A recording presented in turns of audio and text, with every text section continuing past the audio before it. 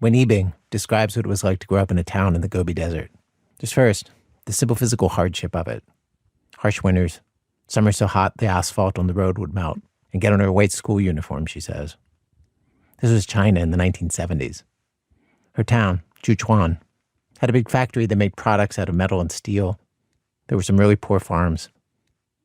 Yibing's dad had a job that was better than most, Yibing says. He led the musicians for the local song and dance ensemble, making shows for the government. Basically, propaganda that would tour to smaller towns. When she turned 4.5, her dad told her, "You're going to learn to play an instrument." And she started, on the violin. It wasn't until she got older that he explained why. He doesn't want me to have a job that has to be under the sun, in the factory with my hands, with heavy labor. And then would your dad tell you you have to do this because this is your future? Yes. He would? He would. What would he say? I remember one time he took me to the market. There are people selling garments on the street. It was really hot. And he says, "Look, if you don't practice, you're going to work here." Did you see that girl? She was trying to help her dad to sell a pair of pants. Do you want to be here? I thought, so hot, I can't stay there. And did that motivate you? Would you think about that and it would keep you practicing? No. She was a kid. She hated practicing. And her dad had her doing 2 hours a day, and 4 or 5 hours on days there wasn't school. Sometimes while she practiced, she'd put rubber bands around the chair legs and do Chinese jump rope. Other times, I was just playing the comic books. I put on the music stand. You were playing the comic books? What do you mean? No, I was flipping comic books. I was just playing, and I would flip the comic book on the music stand. Mm-hmm. And I set the alarm maybe half an hour before Mom comes home, and squeeze my skin to make it very red. So when she comes in, I say, "Look, I practiced 2 hours." You mean squeeze the skin on your neck so you're so where the violin looks rests. Red, I said. Yeah. Fortunately, she had a good ear, natural skill. And her dad, she says, was a patient and kind teacher.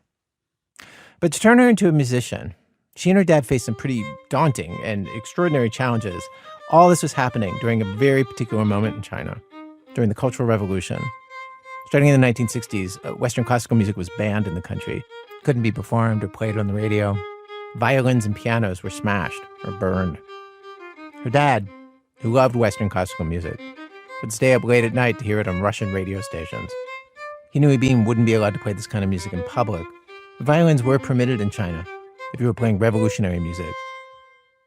But from the beginning, to send her down this road of becoming a musician, he had to be incredibly resourceful. He just had to jump into battle.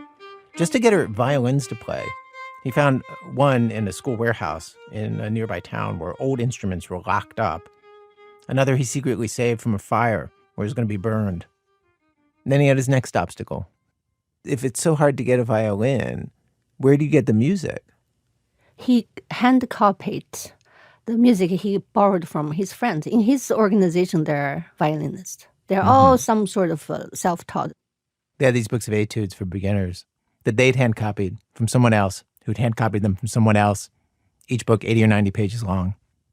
Neighbors hearing this stuff didn't recognize it as Western music. Just sounded like exercises. Yeah, he borrowed from everybody. Do you have a book 5? Do you have book 4? He was just spending time at night, just hand copy. Your father would? Yeah. I saw him copying. I was fascinated. He would cut the pen diagonal, and then he put the ink in, and the thick edge, if you put it down, would be already a note. Because it would make a black dot. Yeah, you just go like that. He said, "Look, this is very fast. This is flat. This is sharp." And quickly, if you go quick, the lines are very straight. You can't be slow. You can't shake your hand.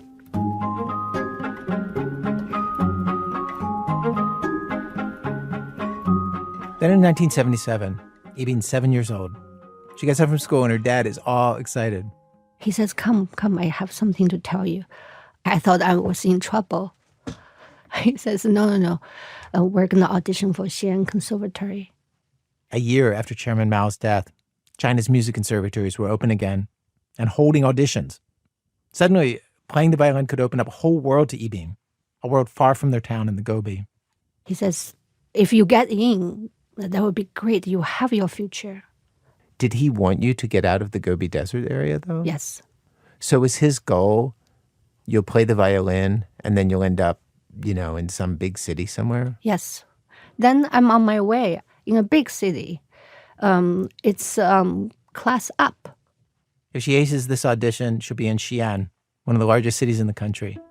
It could get her into a big city orchestra or get her into university, which would be nearly impossible otherwise, coming from where she came from. And so this became their single-minded goal. And I'm telling you this story because this is This American Life from WBEZ Chicago, and our whole show today is about people who set out on some path, and they are ripped off that path by bad luck, by fate, by mistakes they made that they didn't even know they were making. And then they have to fight and claw their way back. The biggest thing to throw Yibing off course is still to come. And it's one where her father is really left with no options, where he has to try and invent something out of absolutely nothing to fix things and get back on course. Stay with us.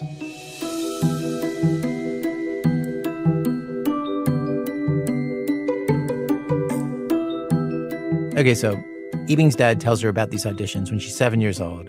But the conservatory in Xi'an, it's a middle school, and so she can't actually audition until she's old enough for middle school. That day finally comes. She's 11 and a half years old. It's 1981. When she finally gets her chance to grab at this special future that her dad has been preparing her for years. Though, before they can do that, they have one rather serious obstacle to overcome first. They don't have enough money for train tickets to get to Xi'an for the audition or for hotel. So dad gets relatives to donate some money.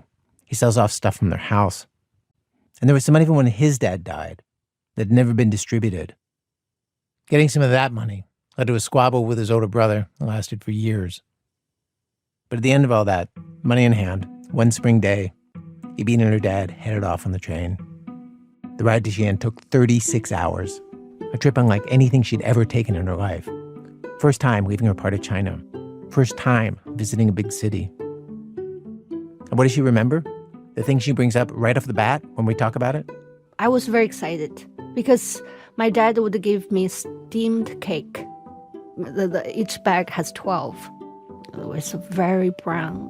What is steamed cake? I don't know what that is. Steamed cake basically made of egg and flour, sugar, and they're very fluffy and has the smell of eggs.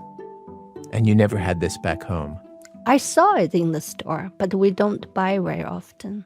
But there, that's all for me. Each morning breakfast, I get to eat too. And then you had never been away from the Gobi Desert, No. right?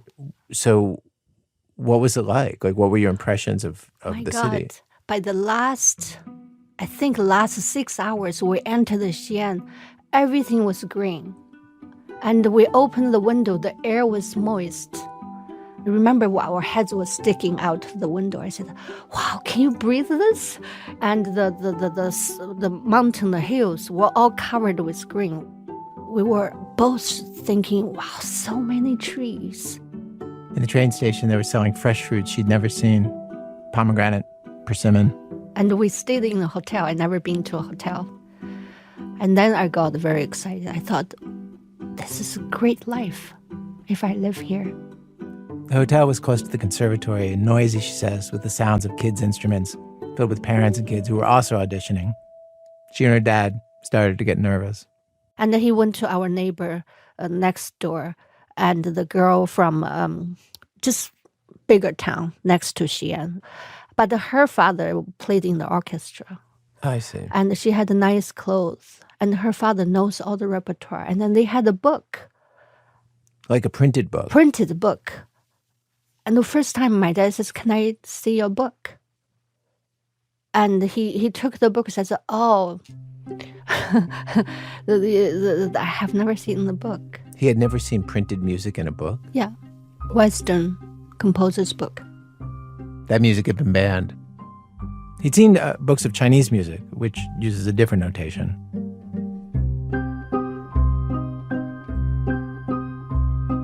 Yibing made it through the first round of auditions, and the second round. After that, not many kids were left in the hotel. The hotel was very quiet, I remember, at the breakfast. 15 violinists were left. Yibin was the very last one to play for the judges. I remember I walked into the room. It was a big room. There were 6 people on the panel. I was very confident because I get to play with a pianist the conservatory provided. Mm-hmm. I remember I really enjoyed having the piano to play. I thought, wow, listen to that sound. I sounded so good with piano. Because you'd never heard yourself do that. No, I never played with pianist. We were very confident. I thought the concerto was so well prepared. I also liked the concerto because it has a melody. There's a technical part you can show off.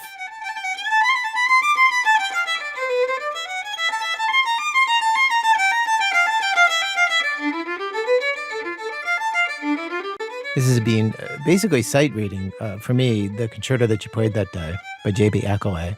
She's also played the other solo violin pieces that you've heard in the story. Anyway, so at the audition, she's playing, feeling great, barely a page in. Someone in the panel clapped their hand and says, okay, that's it. Thank you. You can go. I was shocked because the best part, I haven't reached there yet. I look at them, I saw them talking.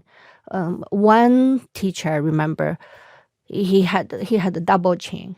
He was shaking his head. I saw the chin was moving. And I heard he said, no, it's just impossible. We don't need to hear more.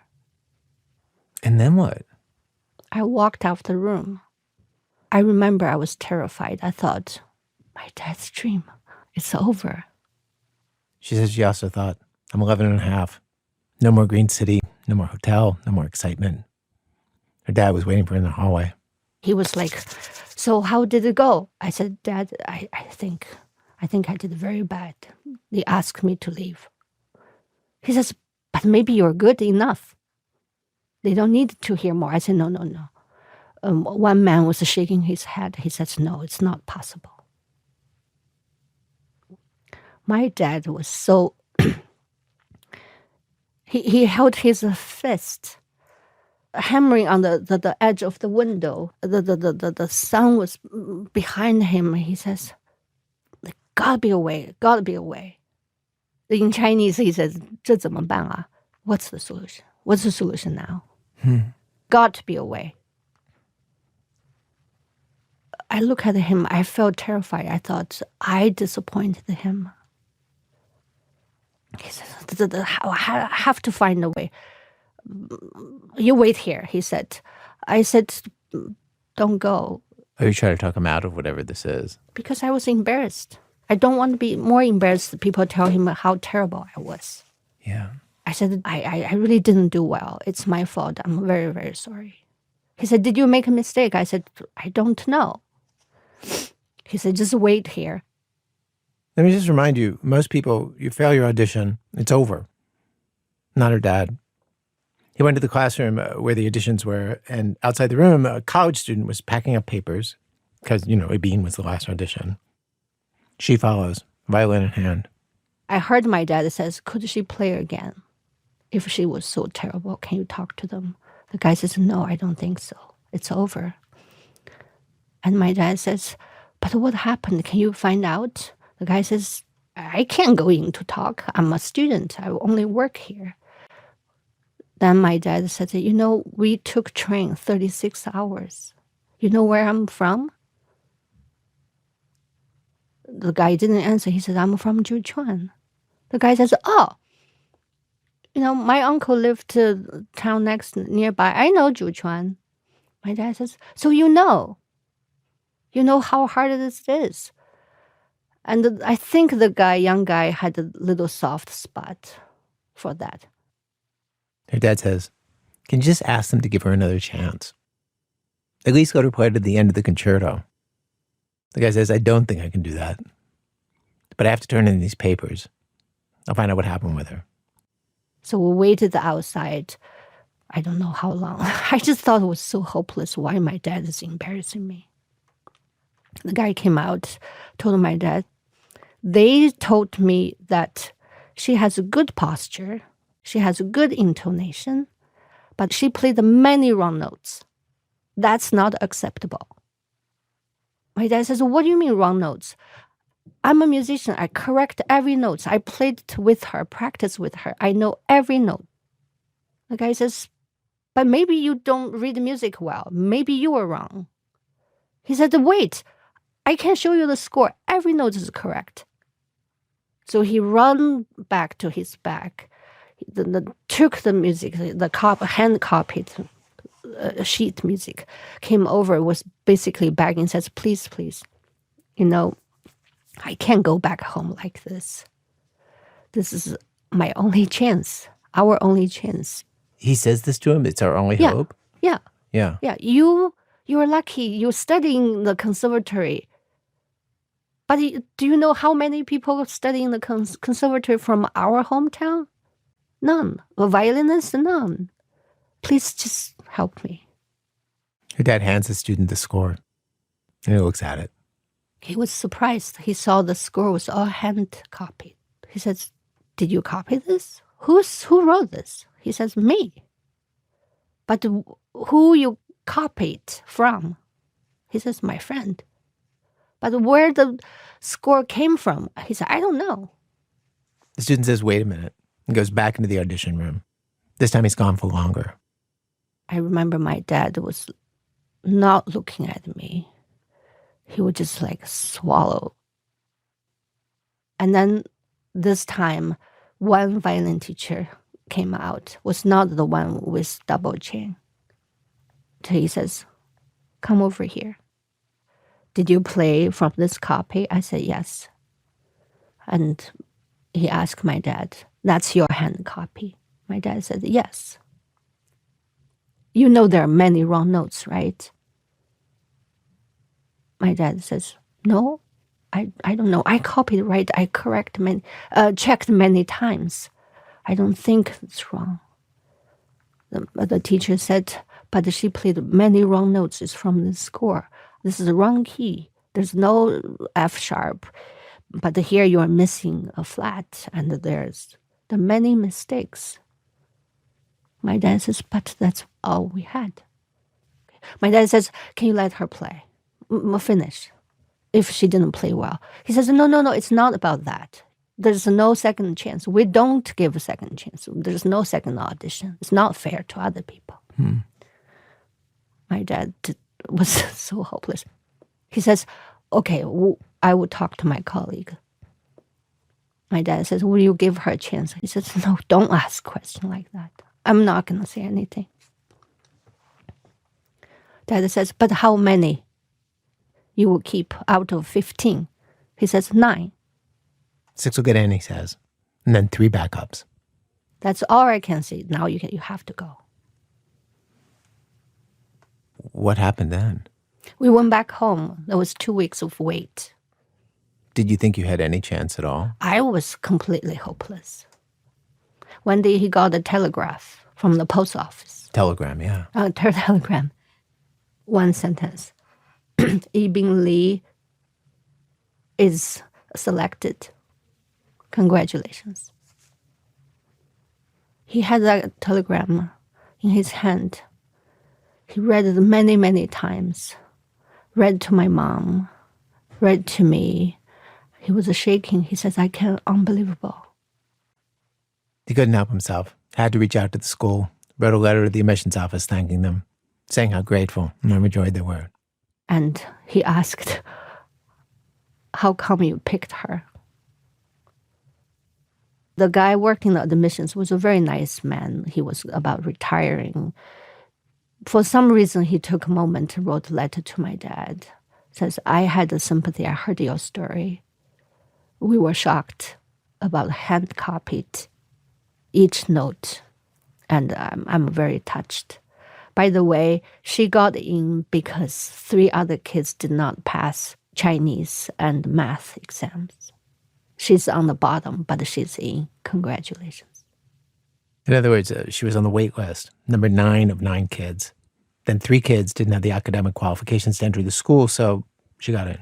That's how I got in. Right. I was lucky.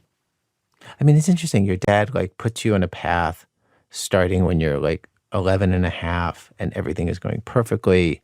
and you're at the audition, and then everything gets thrown off course, right? And then your dad just fights and fights and fights, grabs at any straw, and he just wheels you back on course. Have you thought about that moment very much in the years since?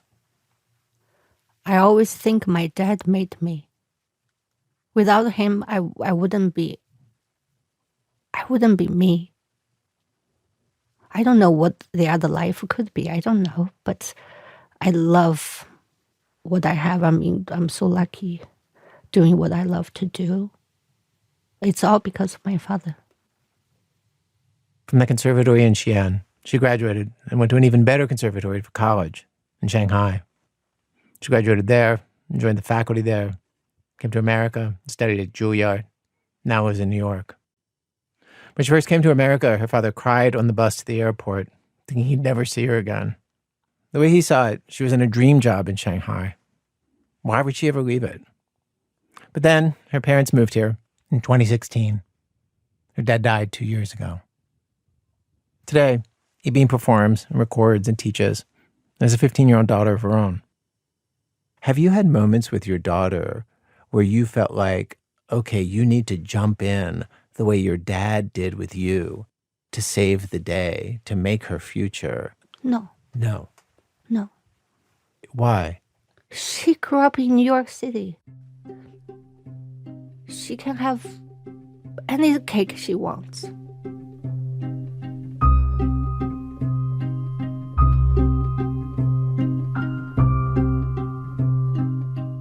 Her daughter plays the violin, but if she wants, she can sign up for flute. If that doesn't work out, she can do martial arts. If that's not right for her, she can try something else. Whatever she wants. That's the life Yibin wants for her.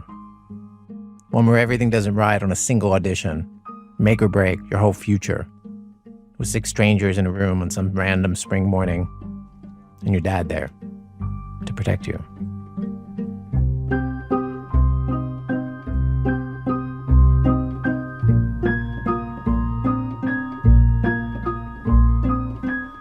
Coming up, a 17-year-old girl starts swimming into the open ocean and ends up somewhere so different from what she'd planned on.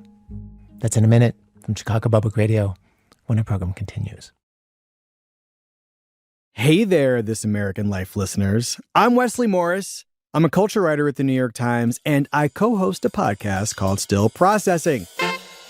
This season, I invited some of my favorite writers and critics to come talk to me about the culture that shaped us, the changing ways we consume it, and why Keanu Reeves is basically a culture unto himself. You can listen to Still Processing wherever you get your podcasts.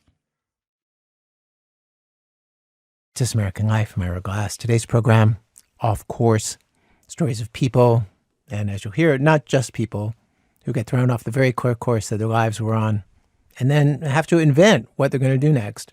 We've arrived at Act 2 of our program, Act 2, Synchronized Swimmers. So in the ocean, when you get off course, there are all kinds of dangers that you face that just are not there when you're on dry land.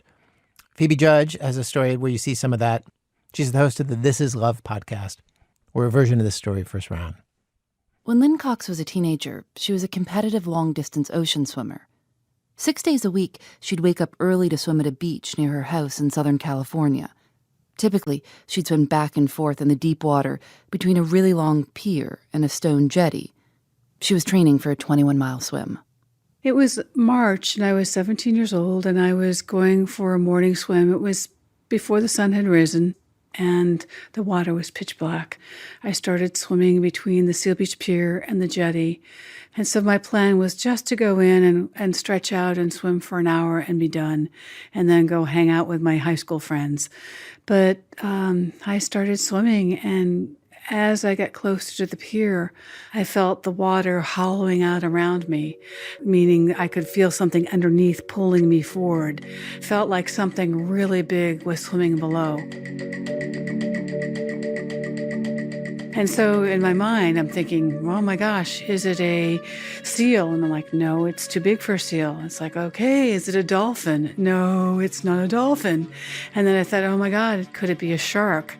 What is this below me? mean, this is most people's biggest nightmare on Earth, that they would be swimming in the water and that they would feel something large underneath them. Yeah, I think that's normal to be scared. I mean, when you can't see anything below, but you can feel something, and you can also not just feel the motion, but the presence of something. But, when you do these long swims, you have to keep your mind under control because if you freak out, then you're out of a swim. So I kept talking to myself and saying, okay, you're not sure what it is, just move closer to shore. So I swam closer to shore, but this thing kept swimming around near me. The water kept getting hollowed out. And I realized that whatever was there was still there and it had not gone away. And I was just ready to turn and race out of the water. But there was an old man named Steve who worked in the bait shop on the pier. And he sort of watched over me and watched what was going on with the water. And I could see him standing under a light on the pier, waving toward me to come to swim out to him. And he yelled at me and said, "Lynn, come here. There's a baby whale swimming with you." So you stick your head out of the water and he's waving and he says there's a baby whale? Yeah, he said a baby whale. And I'm like, really? I've never seen a baby whale in the wild before. So he told me that, the baby whale had lost his mother and I needed to stay with the baby whale. Why did you need to stay with the baby whale? Why couldn't you get out? He was afraid that if I turned to go to shore, that the baby whale would follow me and possibly could run aground. But he also thought that, maybe the baby whale will just swim off and be totally lost.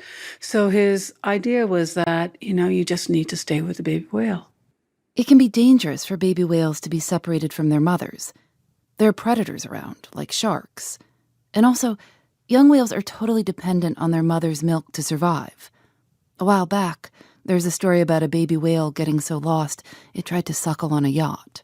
That sense of being lost was something I related to with the baby whale. Is it easy as a swimmer to get off course? Yeah. And I think the thing that most people don't know about when you're in the ocean, if you get lost and you try to continue going, you start swimming in a huge circle. And that makes it more difficult for anyone to find you. And so the mother may not find the baby ever. At this point, Lynn still couldn't see the baby whale beneath her in the water. She only saw bits and pieces of it, swimming. You could only see part of him. I mean, you couldn't see his whole head or face. You just saw his back. And the baby gray whale then surfaced. And he swam over toward me. It was scary. It was scary because he was so big. And I was not sure how to deal with him. I mean, how do I interact with a whale? Steve, though, was so calm and assured that it was just fine to be in the water with a baby that I thought, well, he knows. He's this old guy that's been out here forever. And so he knows everything about the ocean. So I will do what he told me to do, and I'll just stay out here with this whale until we find his mother. Steve got on the radio to all the fishing boat captains and lifeguards along the coast and told them to keep their eyes out for a large gray whale traveling north. He told Lynn to swim back towards the jetty. Once she got to the jetty, she turned around and swam back to the pier again. The baby stayed with her. We were sort of side by side, or he was right underneath me, or very, very close. And at one point, he just rolled over and looked right at me. And it was just the most amazing thing in the world, because I felt like he sees me and I see him, and we're together. How big is a baby gray whale's eye? It was sort of the size, I'd say, of a plum or a orange. It's large, and it was dark brown, almost black. Did you try to talk to him? Were you talking to him? Yes. Yes. I mean, I was like, as if he would understand, but I told him he'd be okay and that things will work out and we'll find his mother. And I'm thinking, oh my gosh, he can't understand my words, but maybe he'll understand the feeling or the intention. They swam for an hour, then another hour. Lynn started to wonder if it was even possible for the mother to find the baby. How do you find something in the ocean? She got scared that the mother might never be coming. She got scared that the mother could be dead. Maybe the mother was dead. Some people had gathered on the pier with Steve to watch what was going on, and the fishermen out in boats were all talking to each other on the radio. One of them reported seeing a large gray whale swimming near an oil rig about 1.5 miles offshore. And then, as though the baby whale was listening to the radio, it abruptly turned and started swimming in the direction of the oil rig. Normally, Lynn wouldn't swim out into the open ocean without a boat or somebody near her, but she decided to follow. He made a point of swimming right in front of me and a little bit below so I could swim in a slipstream. And I thought, wow, I bet he learned that from his mother. I bet when they were migrating north, he was in her slipstream and enabled him to swim much easier than against the strong currents. And it was just so cool. I mean, because I was hardly moving at all, my arms, and I was just flying through the water. And I just thought, wow, at times I try to think about how does he see me? And he must have thought, horrible swimmer she is. He's just so beautiful, elegant, graceful in the water and just moves so effortlessly, just one big kick of his fin, his tail fin, his fluke, and he would just move. And here I was like struggling with my arms. It was just, he probably thought I needed help.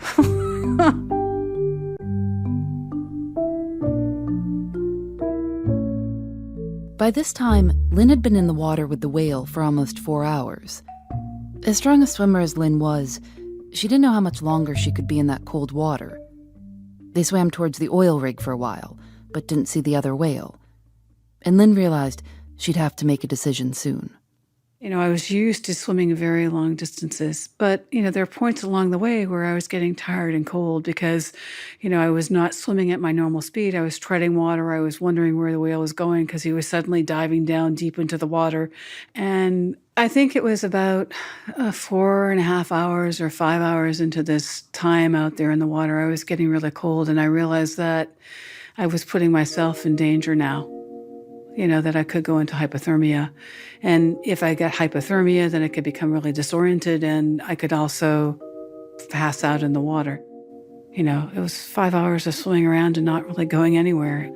So I decided that I really needed to start getting back toward the pier.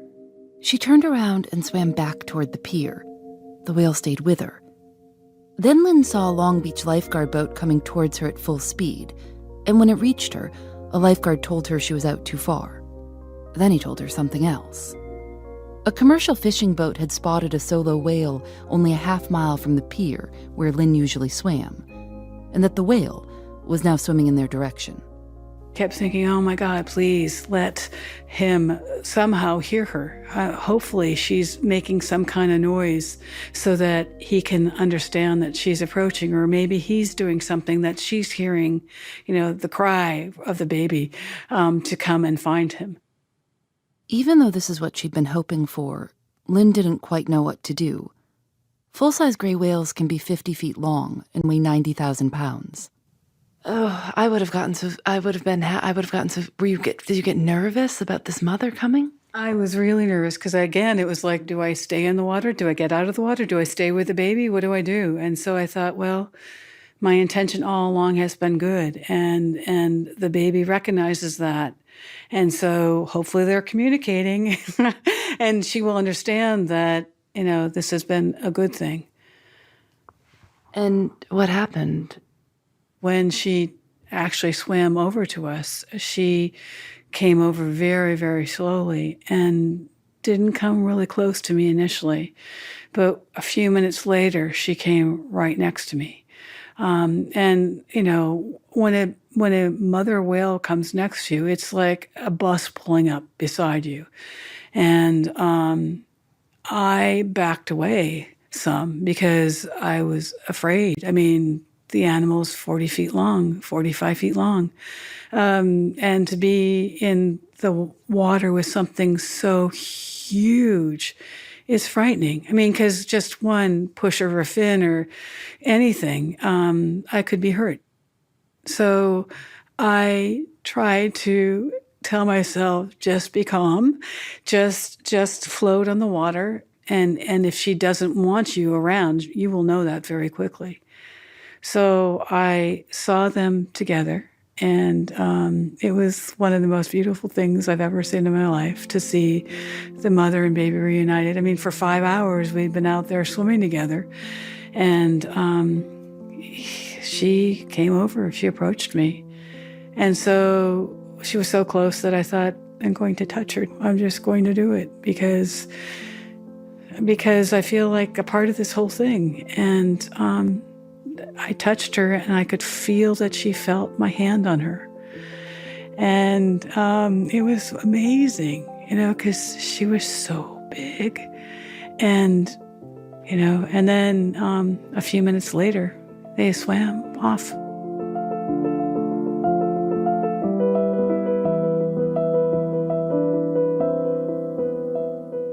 While Lynn swam back to the shore, the lifeguard made sure that the cargo ships around Los Angeles harbor knew where the mother and baby were swimming. Later, boats reported seeing the two join a group of whales on their way north. When she got back to the beach, Lynn asked a lifeguard if she could use the phone to call her parents, to let them know that her workout had gone longer than she expected, and she was on her way home. And it was so weird, though, to go from, that's always so weird, to be in this amazing environment, the ocean, to then leave it and then go back to, okay, now what am I doing the rest of the day? It's just so strange. But I didn't tell my parents what had happened, because I knew I would have been in so much trouble, because it was so irresponsible for me to swim offshore without support, without people watching the water. But I told myself it was really okay, because Steve was out there watching, and the lifeguards were out there watching, and they knew what was going on. But it was still a stretch. I think now that what I did was pretty dumb. But if I was to do it again, I'd still do it, because I felt like it was something I could do.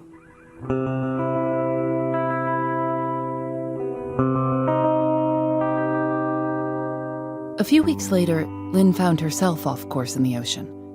She was trying to set a record, become the fastest person to swim the Catalina Channel, that 21-mile stretch off the coast of California. Lynn set out at midnight with a support boat, a dory, and a coach on a paddleboard beside her. On that attempt from Catalina Island, the fog came in at midnight. I got separated from my support boat, the dory, and I just had a coach on a paddleboard. So we were lost in the middle of the channel at midnight, and there were ships surrounding us, and we were feeling the bow waves breaking. To be lost in the fog where you can't see more than 10 meters in front of you in the pitch blackness, and to feel and to hear ships moving around you is absolutely terrifying. And my coach, who had had no experience in the open water, had told me to just keep swimming, because eventually the crew would find us. But then Lynn thought of the baby whale. The way the whale, even though it lived in the water, had lost its way and ended up further and further from its mother. Lynn didn't want this to happen to her, so she stopped swimming and gave up her attempt at the record. She says she and her coach just stayed put, bobbing up and down in the water, until eventually her crew picked them up.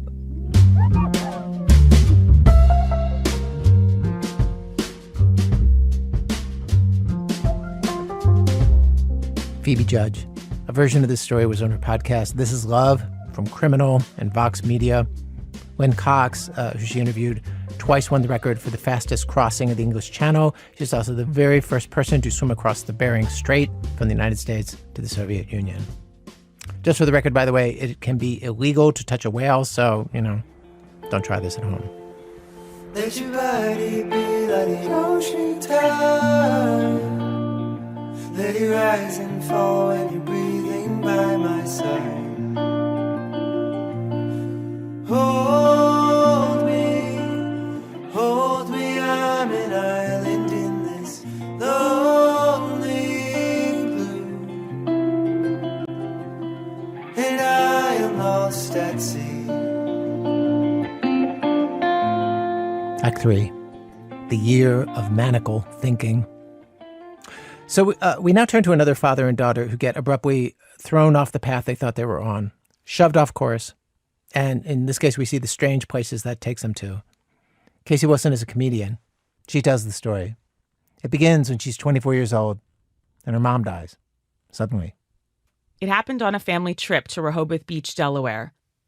My parents got there a day before my brother and me and had a nice married couples evening. Bought a Tom Clancy novel for my dad, took a walk on the beach holding hands, fell asleep watching Sex and the City. The next morning, my dad got up earlier than my mom. And so I went to breakfast and gathered up all the papers for her.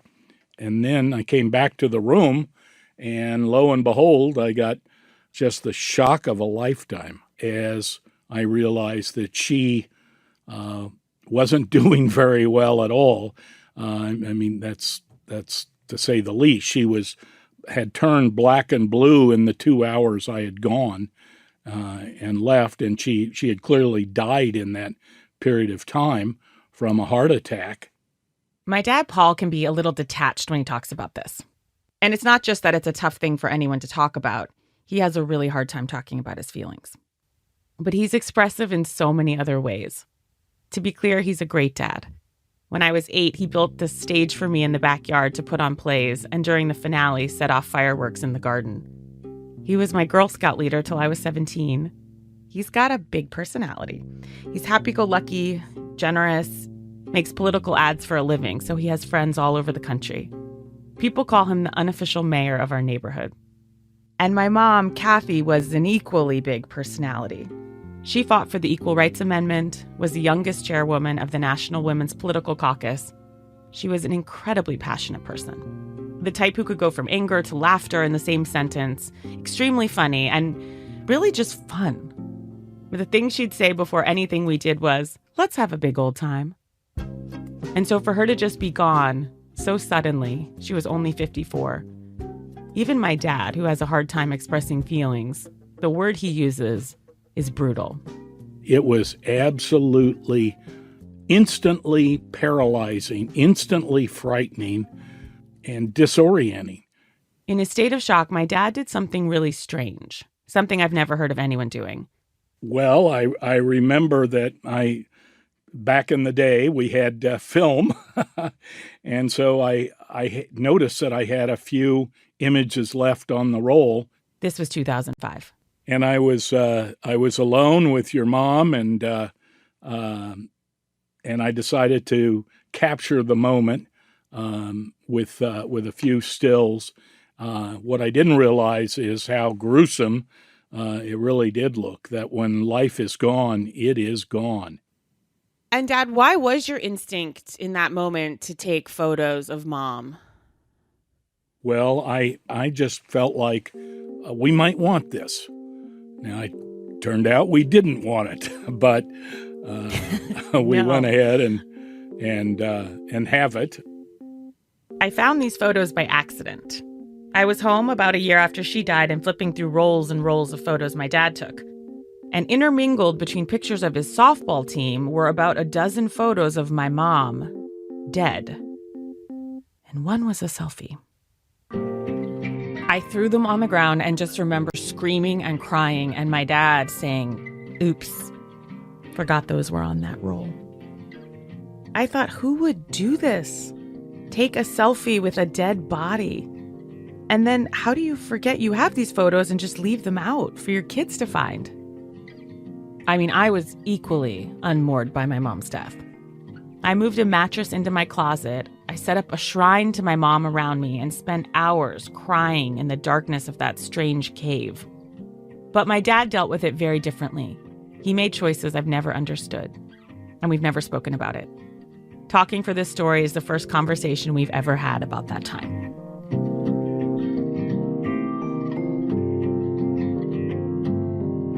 Let's start with the funeral. My dad became obsessed with the idea that we were not only going to want it filmed, but filmed right. So he hired a crew to do it as a 3-camera shoot like a TV sitcom, to make into a DVD that he'd give out as stocking stuffers.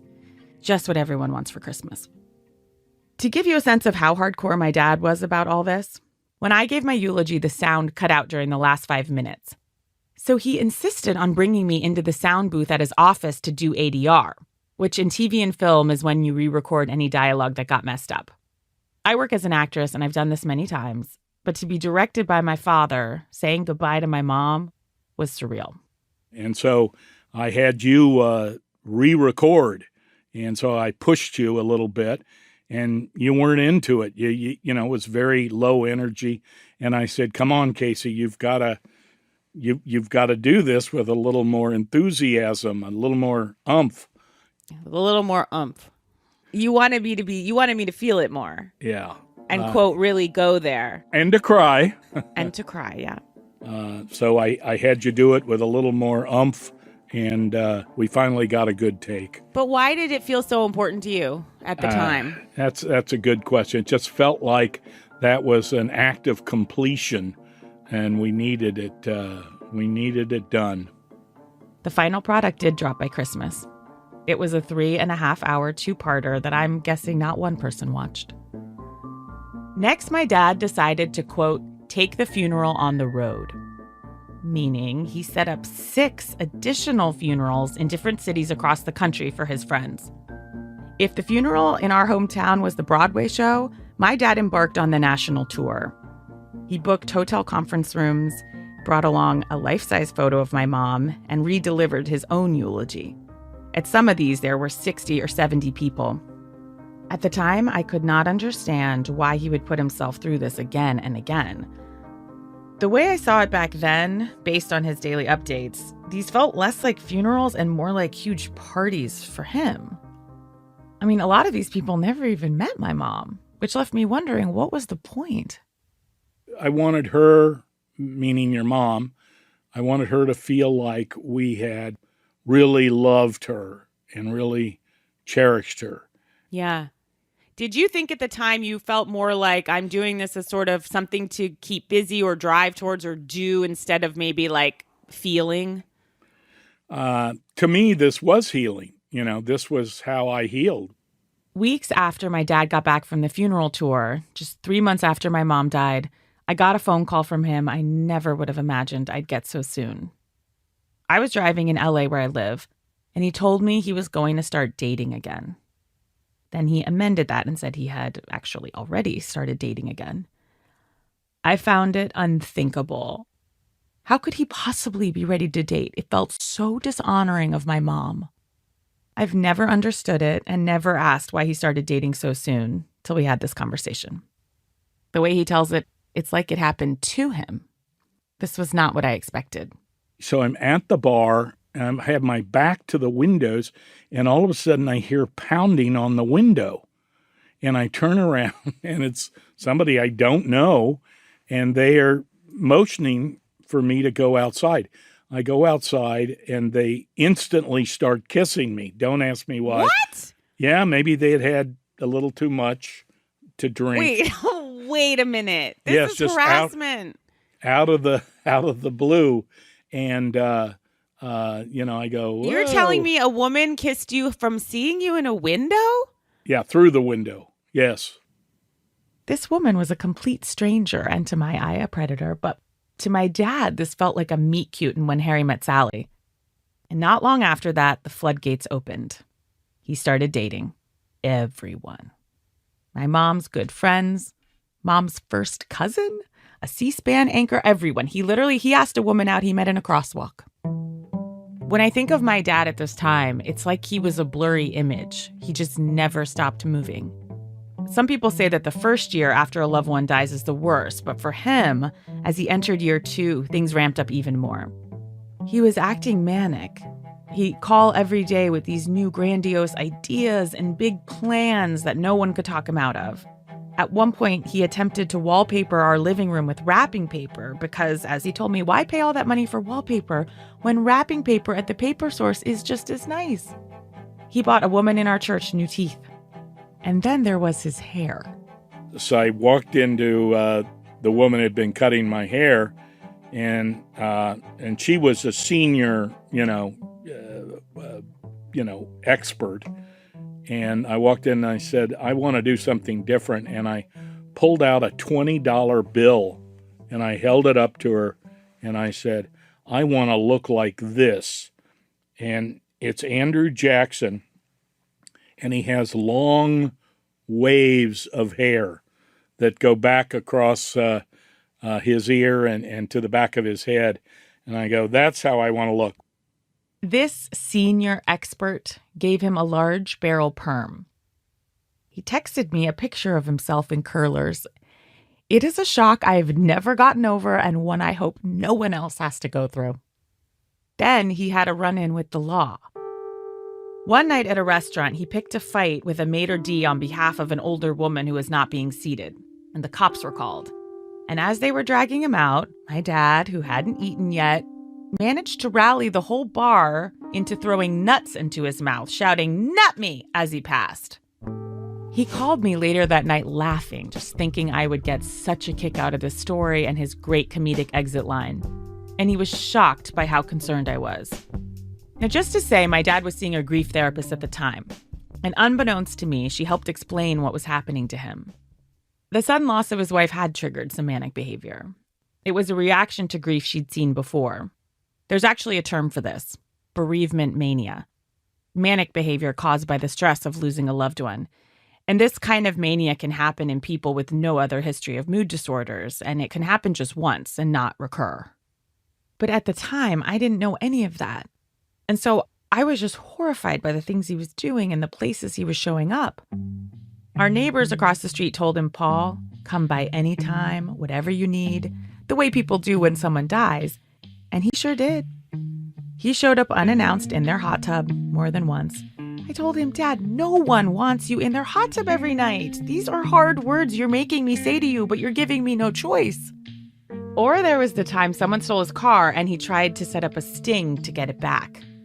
I was so worried about him, I tried to get him to come stay with me so I could keep an eye on him. And when these tactics failed, I threw fits. I cried. And he would actually yell, "Stop trying to control me. I'm fine." He kept trying to explain he was okay and that, in fact, he was having fun. Sometimes I'd felt like I'd lost my mom and my dad.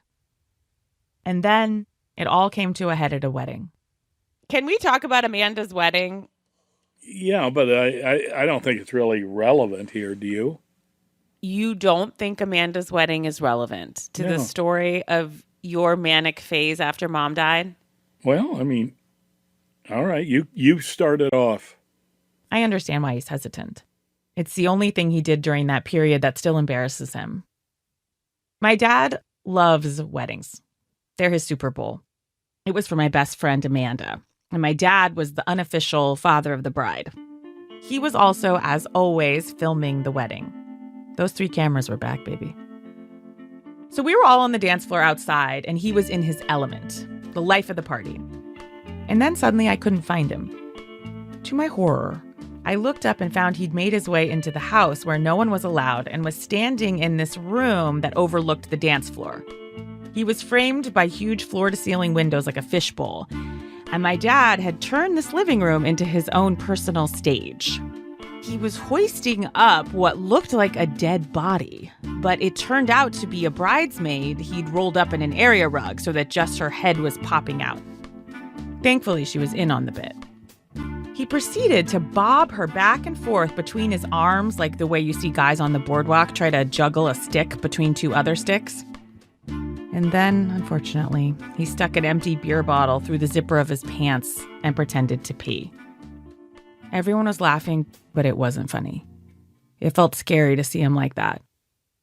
My brother, my friend's uncle, and I raced into the house, and we dragged him out across the giant lawn. He started putting on this baby voice, saying, "Me no want to stop having fun," just begging us to go back to the party. We finally got him to agree to go home. And as he was getting on the bus, he turned to us and asked if we would hold his camera equipment for a second so he could tie his shoe. The moment our hands were full, he did a fake out, and he took off running back across the lawn, jumping over hedges to get to the party, yelling, "I'm free! I'm free!" Turned out the hedges were filled with poison ivy, which landed him in the hospital the next day.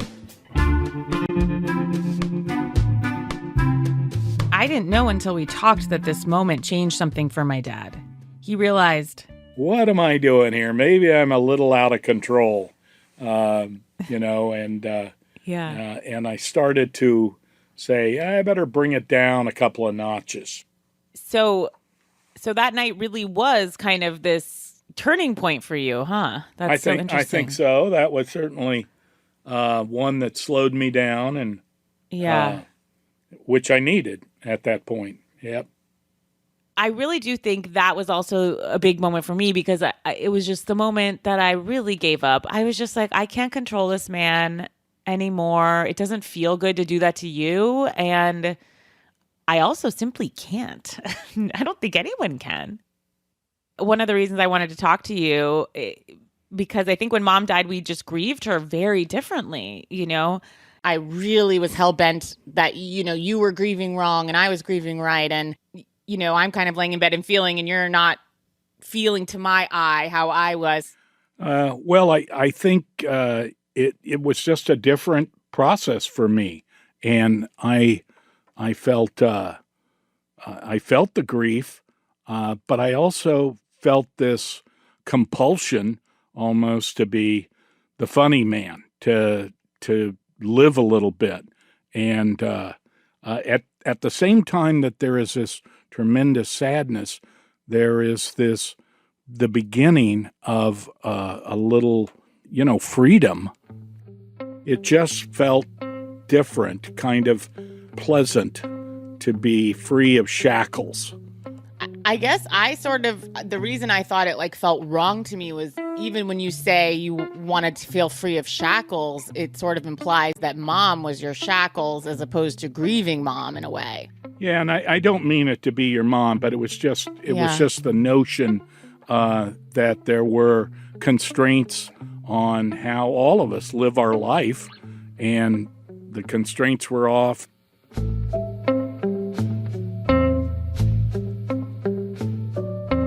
What he means is that when the stable suburban life he'd built for himself suddenly shattered, he thought, if I have to start over, then I'm just going to do me. He got this idea, I was surprised to learn, from someone at my mom's wake. A woman who had lost her husband not that long ago, about 14, 15 months earlier. She came up to hug me, and I remember asking her, when does it get easier? And she just said, it doesn't. And that said it all. So we decided, why not enjoy life? In all those times I thought I was being helpful and protecting him, I was actually making things worse. I think what made me a little angry at times was how you wanted to control me and control my emotions, and they weren't controllable. Yeah. Would you say I treated you kind of like a child? No, maybe just a little bit, but you were trying to kind of keep me on the rails, keep me in a straight and narrow, and I felt like you were trying to say, no, this is how you have to feel. This is, you have to be very sad. Yeah. And what did you feel about me and how I kind of handled it and did it? Well, you were pretty consistent in not liking anything. Were you worried about me? Very much so. Yeah, when someone's sleeping in their closet, I think that's cause for concern. From your perspective, from where you were at, did you feel like I was grieving wrong? Yeah, I guess I did. I mean, I didn't feel like it was the most noble thing to be sleeping in your closet for over a year. You were very disturbed by that. Yeah, I thought it was. Friends. I thought it was disturbing. I know, but isn't it funny? At the time, I thought there's nothing weird about this at all. It's not weird at all that I found a twin-size mattress in the garage of my building, and I have it sticking half in the closet, half out.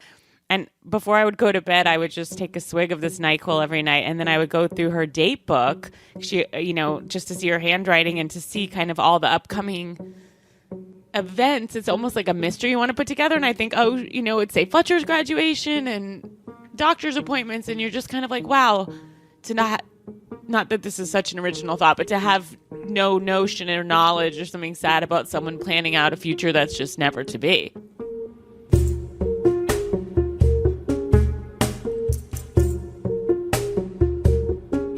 While you can put a label on my dad's root of mania, you can also put a label on mine. Depression. In a way, they're two sides of the same coin. For my dad to have fun, go out on dates, I don't know, maybe it was healthier. Why did it upset you so that you thought somebody was replacing your mom? Why did it bother you so that, you know? Oh, it was horrible. It was horrible. Horrible to think of. Unfathomable. Huh, yeah. I really had it in my head that to move on was like an insult to mom as opposed to you moving forward because you had to. Yeah. It was excruciating. Well, I can appreciate what you're saying. Yeah. Yeah. But I do feel I was too hard on you now that I'm married, and I really am of the mind now, God, however anybody has to get through this is the right way. Yeah, that's right. And just, you know, there is no way. Yeah, there is no way.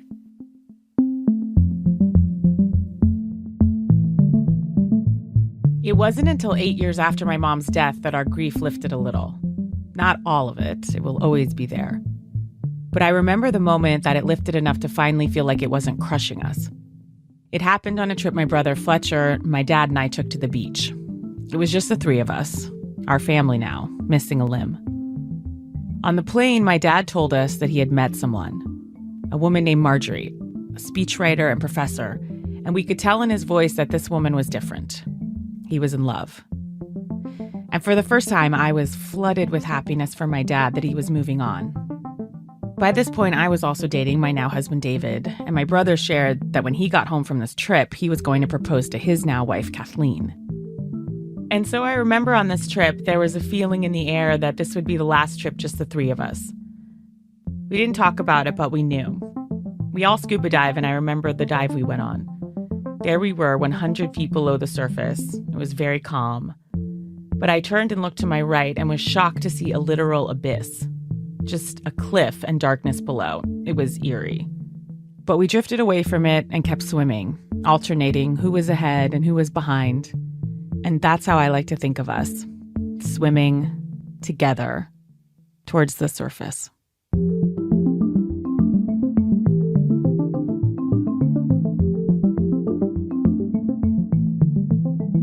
Casey Wilson is the author of the memoir, The Wreckage of My Presence. You can also see her in The Shrink Next Door on Apple TV.